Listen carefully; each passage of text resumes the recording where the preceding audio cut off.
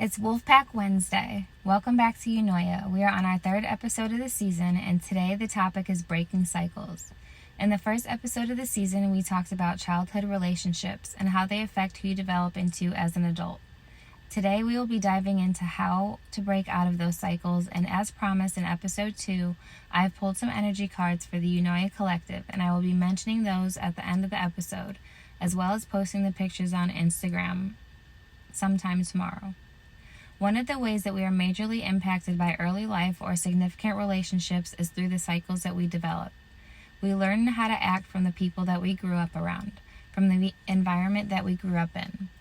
We learn how to act from the significant experiences that affected and triggered us the most as children and young adults. Life puts us through situations that teach us how to be, but it's up to us to decide if that's how we actually want to stay. After all, we do have the power of free will. We're never forced to stay the same. That is a choice. Breaking cycles takes effort, and it all starts within, of course. It starts with self-reflection. Remember in the first episode where I spoke about the colors of your foundation? Have you decided which colors you want to be?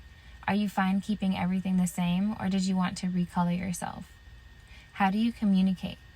What habits have you developed that automatically happen because subconsciously they are your natural habits?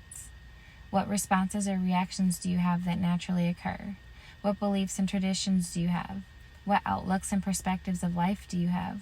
What types of things do you want out of life? What do you expect out of others? Where and how did you learn these things? Have you chosen them for yourself, or has life chosen them for you? So naturally they feel good. They're comfortable. Those are all some of the things that you need to consider when you first decide to start breaking cycles. A few other significant things to consider are abandonment issues, trust issues, codependency issues, your communication style, the things that you accept, the people that you attract, etc. Of course, these aren't the only things to think about, but these should get you off to a good start. Think about these questions as they pertain to yourself and allow your brain to let the questions snowball even further. You shouldn't just work on things that I mentioned. You should work on things that personally relate to you or that are important to you. The questions that I give are to be used as guidance to begin with and to help you brainstorm ideas, but none of these questions matter if they don't personally relate to you. And of course, remember to be completely honest with yourself. No matter how difficult the emotions or exercises may be, that's the point.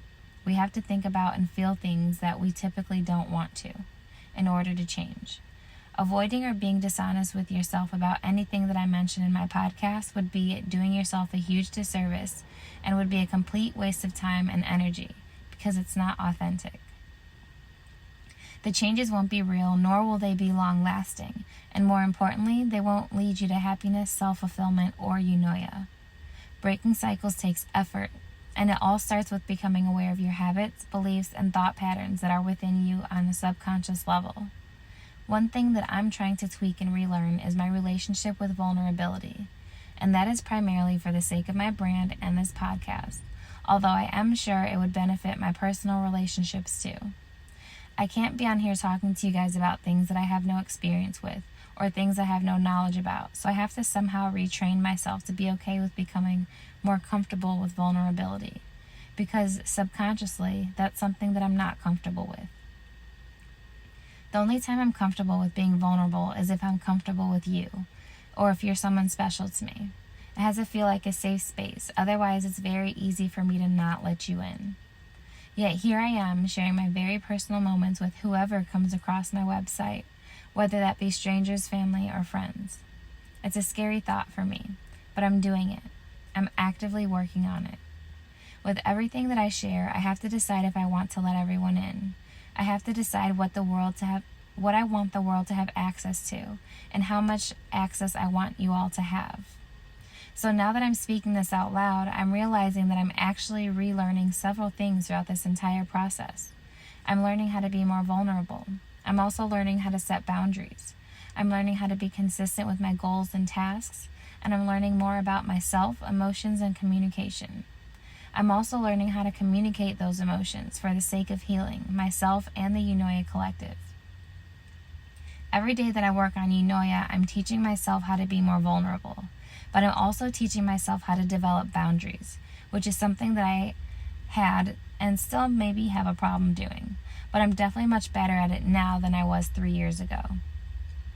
I have to have boundaries with how much I share because it's personal to me, and it's not easy for me to be open about it.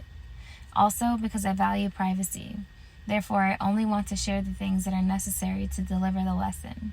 I want to keep the things sacred to me private, as well as respect the privacy of others. I signed up for this journey. I signed up to share for the sake of healing. Therefore, this isn't about anyone else. Although my experiences may involve others, this is solely about my experience, how they affected me, and how I healed myself. Not only am I learning boundaries regarding sharing, but I'm also pushing boundaries regarding myself. I, too, am still on a healing and growing journey. This is a lifelong path for me.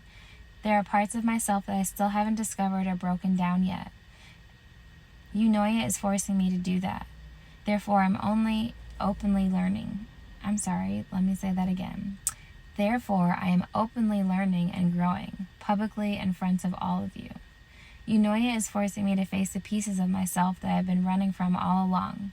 My emotions, being vulnerable, attracting attention, using my voice, standing up for myself, and speaking in uncomfortable situations. EUNOIA is forcing me to be wise, strong, independent, consistent, an entrepreneur in the world of public speaking. EUNOIA is teaching me to be accountable not only for you but for myself. These things were always inside of me, but they were pushed way down after years of running away from the internal work, people-pleasing, and being in a narcissistic and emotionally abusive relationship. I have to network. I have to introduce myself to people, which gives me anxiety just thinking about it. Being a small business owner who is in the beginning stages of building her brand, I had to learn to be consistent. I'm not going to lie, I can be lazy as hell, and I've always been more of a starter than a finisher. But I can't be that way anymore. I have real goals to accomplish, and I refuse to lose. EUNOIA is developing me into quite the businesswoman, and I'm thankful for that, to be honest. So many good things have come from one goal that I had. It splintered off into growth into so many ways. One of the most important ways is that it's teaching me my strength. It's teaching me how to communicate my feelings. It's teaching me to feel things on a deeper level, and overall, it's just helping me become better, much more well-rounded, and it feels natural, not forced.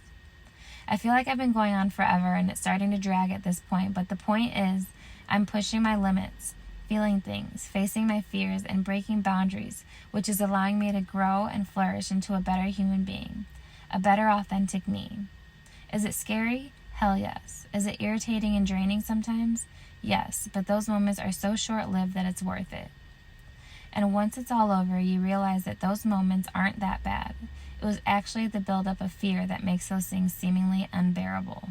It was all in your head. So push through those boundaries. Retrain yourself and begin breaking away from the cycles within you that you want to be free from. This was just one example that snowballed into several other supporting examples, but there is so much more. We can go a little bit deeper. How do you act? What are your natural behaviors? What are your relationships like? What do you want to change? To name a few of the most important questions. For example, do you naturally feel like you always need to be around people or always need to be reassured? Always need to be physically around someone to feel the love? Where does that stem from? More than likely, you may have some abandonment or codependency issues to work through. These could possibly stem from not feeling loved enough as a kid, but by the people that matter most to you. But you have to do the inner work to figure that out for yourself. Do you always respond in a defensive manner when people talk to you? Maybe you have some underlying control issues or insecurities. Do you shut down when you're uncomfortable? Whatever it is, face it and push through to break that cycle. Here I am pushing through to share another example that I really am not comfortable sharing, but for the sake of healing, I will. Insert the upside down smiley emoji now. All jokes aside, there are a lot of cycles that I needed to break within myself after my last relationship. As I just shared, I was in an emotionally abusive and toxic relationship for several of my most important years. I never said those words out loud before. It feels weird. But when I say it fucked up my psyche, I mean that with everything inside of me. Throughout the relationship, I became this broken, unrecognizable mess. I didn't believe in myself. I didn't know who I was. I didn't know what I wanted. My self-esteem was on negative 1,000. My confidence was non-existent. I had to retrain my entire mind. I had to do enough work to shift the subconscious beliefs and habits that became so natural due to my toxic environment. I can't say I did it in the healthiest way for everyone in my life, but I did it the only way I knew how, which was to isolate myself. I had to allow that person to die so that the rebirth of Sable Danielle could happen.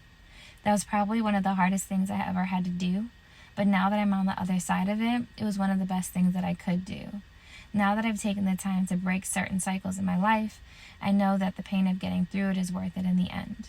Fear becomes less and less existent because as you break cycles, you are also facing your fears. Once you face the scariest parts of yourself and the scariest parts, all right, let me say that again because it's an important statement. Once you face the scariest parts of yourself and you face the scariest parts of your experience here on this earth, what else do you have left to fear? In my experience, my fear has been replaced with confidence, strength, and courage, which takes me so much farther in life than fear ever has. When it comes to breaking cycles, remember these key things. You must face things in order to conquer them. Feelings of discomfort are signs you are on the right path. Push through those uncomfortable feelings and do what you typically would run from. Think before you speak. Respond, don't react. Mentally prepare yourself before social engagements and conversations. Pay attention to yourself. Call yourself out. Why are you responding that way? Fix it. Remember that breaking cycles is not an overnight job. We did not learn these habits or beliefs overnight, so we shouldn't expect to get rid of them that quickly either. This takes dedication, practice, patience, and you must be gentle with yourself throughout the process. According to psychologytoday.com, you should take into consideration these 4 things when contemplating your patterns: your actions, relationships, and beliefs, subconscious expectations of how others will treat you, how you see people acting towards you versus how they are actually treating you, and how you treat yourself. Well, I feel like that was a lot, so I'm going to leave this right here and allow you all time to digest and reflect. Now time for the collective EUNOIA energy. First and foremost, though, I would like to remind you all that Mercury retrograde started today, which is probably why I'm having all these issues speaking, and it's going to be in effect until November 3rd. If you want to know more about Mercury retrograde, you can Google it, but in short, Mercury retrograde is the time for the unexpected to go wrong, especially as it relates to communication, relationships, technology, travel, and contracts. I hope you heard me say communication. Oftentimes during Mercury retrograde, exes or old friends are known to try to pop back up, so just be on your toes. Plan and double check details before you execute.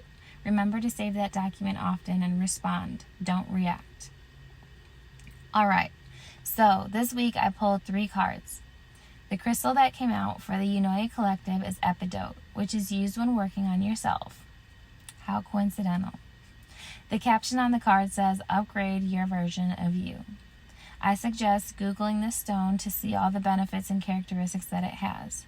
And also, please see my Instagram page for the spelling. The empathy card came out next, which says, "I'm open to seeing both sides of a situation." And I found this really cool deck that is full of mindful conversation starters. The card that came out of the deck was compassion. When is it easiest for you to be compassionate? I think that this mixture of cards goes perfect with today's episode as well as the overall energy of my brand. But today we talked about breaking cycles. When you break down negative cycles, I believe that you do upgrade yourself to a better version of you. We have to have empathy and allow ourselves to see all sides of a situation, the role of others as well as our role, and we have to have compassion with ourselves while doing so because it's so easy to be hard on ourselves for not doing or being better than we think we should have been. I hope you find these messages helpful. To see the actual cards, check out my Instagram at EUNOIALifestyle.com. Wow. Struggle bus. Check out my Instagram at EUNOIA.lifestyle, or you can check out my website, www.eunoialifestyle.com. I will be posting the pictures of these cards tomorrow on my Instagram page. You do have some homework this week. In your journal, because I know you all have been journaling since the first season aired, use the compassion card as a journal prompt. When is it easiest for you to be compassionate? Ponder on that. I'll be back next week with episode 4, hopefully with less communication problems. Peace and love, world. I appreciate you all. Sable Danielle.